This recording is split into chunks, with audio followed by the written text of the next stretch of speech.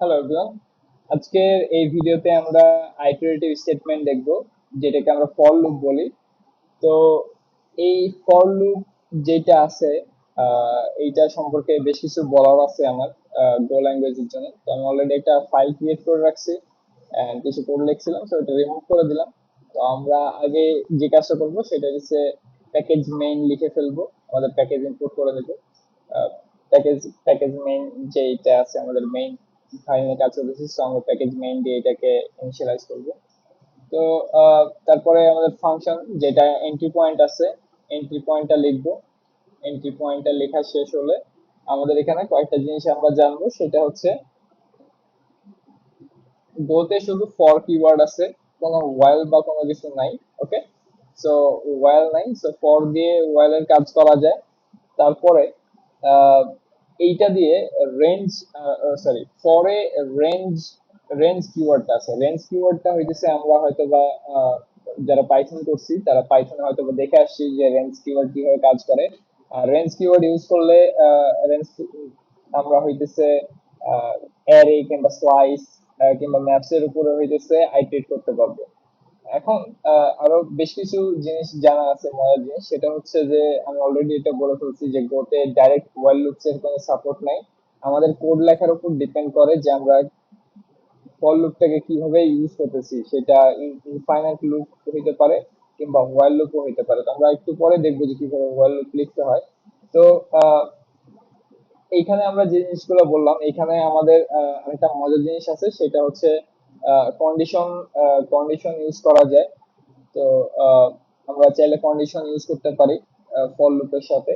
আহ, একটু পরে আমরা দেখবো কিভাবে সেটা করতে পারি আমরা। আর এখানে আরো দুইটা নতুন জিনিস দেখবো, সেটা হচ্ছে ব্রেক আর হইতেছে কন্টিনিউ। ওকে, সো এই ব্রেক এন্ড কন্টিনিউ হচ্ছে জাম্প স্টেটমেন্ট। এর আগে আমরা ফল থ্রু দেখছিলাম, আগের ভিডিওতে ফল থ্রু কিভাবে কাজ করে, যে পরে পরের যে স্টেটমেন্ট গুলো থাকে সেইগুলো সে প্রিন্ট করে দিতে পারে। ওকে, তো আজকে এই জিনিসগুলো দেখার আগে আমাদের সিনট্যাক্সটা দেখে নেব যে সিনট্যাক্সটা আসলে কিরকম হয়। তো সিনট্যাক্সটা এরকম হয়, আহ, প্রথমে ফর লিখতে হয়, লেখার পর ইনিশিয়ালাইজেশন লিখতে হয়, তারপরে কন্ডিশন থাকে। ওকে, তারপরে হইতেছে আপডেট, এন্ড তারপরে ভিতরে স্টেটমেন্ট থাকতে পারে। ওকে, স্টেটমেন্ট অবশ্যই থাকবে, যেহেতু ফর লুপ লিখতেছি স্টেটমেন্ট অবশ্যই থাকবে। তো এটা হচ্ছে সিনট্যাক্স। আর এই সিনট্যাক্স লেখার পরে আমরা যে কাজটা করব সেটা হচ্ছে আমরা প্রথমে একটা ট্রেডিশনাল ওয়েতে লিখবো। ট্রেডিশনাল ওয়েতে লিখবো। ট্রেডিশনাল ওয়েতে লেখার পরে আমাদের যে কাজটা করতে হবে সেটা হচ্ছে প্রথমত ফর লিখবো আমরা একটা, সরি, ফর কিওয়ার্ডটা লিখবো and তারপরে আই লিখে শর্ট হ্যান্ড দিয়ে বলবো আই এর ভ্যালু আমাদের প্রথমত একদম ইনিশিয়ালি 0, এন্ড তারপরে আই লেস দেন 10। যদি আই লেস দেন যদি 10 হয় তাহলে আমরা কি করব, আই প্লাস প্লাস অথবা যেটাকে ইনক্রিমেন্ট বলে ইনক্রিমেন্ট করে দিব। ঠিক আছে, তারপর আমরা এখানে এফপি শর্ট ফর্ম হচ্ছে প্রিন্ট এলএন এর। তো আমরা এটা দিয়ে এখানে কি করব, আইটা প্রিন্ট করব। ঠিক আছে, প্রিন্ট করার পর আমাদের এখানে একটা স্পেস দিয়ে দেবেন, উপর কমা দিয়ে, যেন একটা স্পেস থাকে। তো এটা হচ্ছে ট্রেডিশনাল ওয়ে। আমরা হয়তো বা সি প্লাস, সরি, যারা সি করছি সি তে এরকম দেখে আসছি। তো এখন আমি যদি এটা রান করি, গো রান মেইন ডট গো, তাহলে দেখবো যে 0 থেকে 9 পর্যন্ত আমাকে প্রিন্ট করতেছে। এখন কোশ্চেন হতে পারে যে 10 কেন প্রিন্ট করতেছে না। আমরা অলরেডি জানি যে 10 10 লেস দেন 10 কোনো সময় হইতে পারে না, যেটা একটা ফলস স্টেটমেন্ট, যে কারণে 9 এ আসার সাথে সাথে 9 আসার সাথে সাথে আমাদের যে প্রোগ্রাম আছে প্রোগ্রাম এক্সিট হয়ে গেছে। ওকে, তো এটা তো দেখলাম আমরা ট্রেডিশনাল ওয়ে। আমরা হইতেছে গো ল্যাং এর যে আইডিওমেটিক আছে সেইটা দেখবো। তো আমরা এটার জন্য কি করব, প্রথমে আমরা একটা আই ইনিশিয়ালাইজ ভ্যারিয়েবল নিয়ে নিব, যেটার ভ্যালু হবে 0, এন্ড এইটার একটা স্টেটমেন্ট থাকবে ফর ফর কিওয়ার্ড লেখার পরে আমরা একটা ওকে নিয়ে নিব, লেটস সে ওকে ভ্যারিয়েবল, এন্ড তারপরে এটাকে বলবো যে ট্রু। ঠিক আছে, আমাদের যে ইনিশিয়ালাইজেশন আছে এটা হচ্ছে ট্রু, এন্ড তারপর আমরা বলবো যে ওকে, যে ওকেটা যদি ট্রু থাকে তাইলে হইতেছে লুপটা চলতে থাকবে।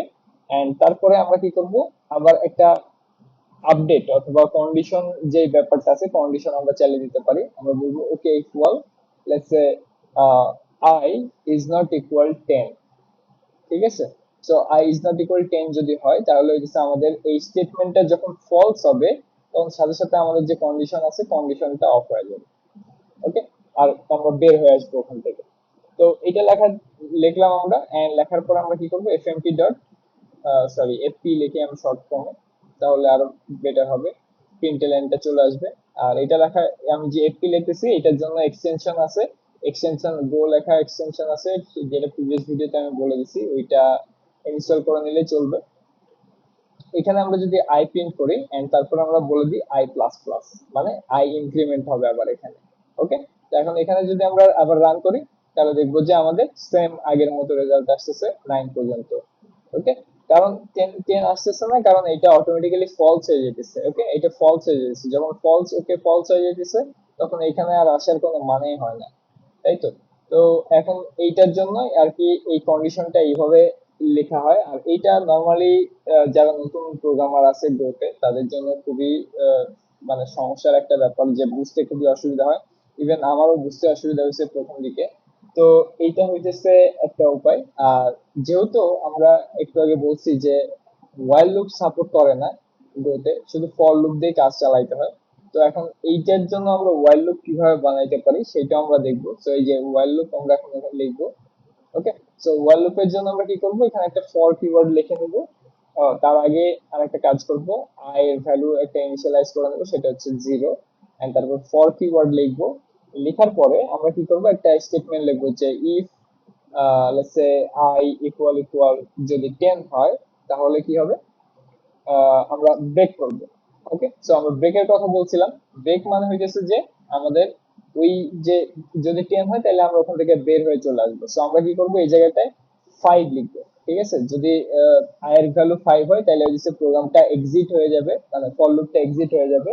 আর এইখানে আরেকটা জিনিস, সেটা হচ্ছে আমরা প্রিন্ট করব যে হচ্ছে আমাদের ভ্যালুটা কোথায় কোথায় যাইতেছে, কত ভ্যালু আমরা পাইতেছি। ওকে, তারপরে আমাদের যে ইনক্রিমেন্ট আছে ইনক্রিমেন্ট অ্যাড করে দিব।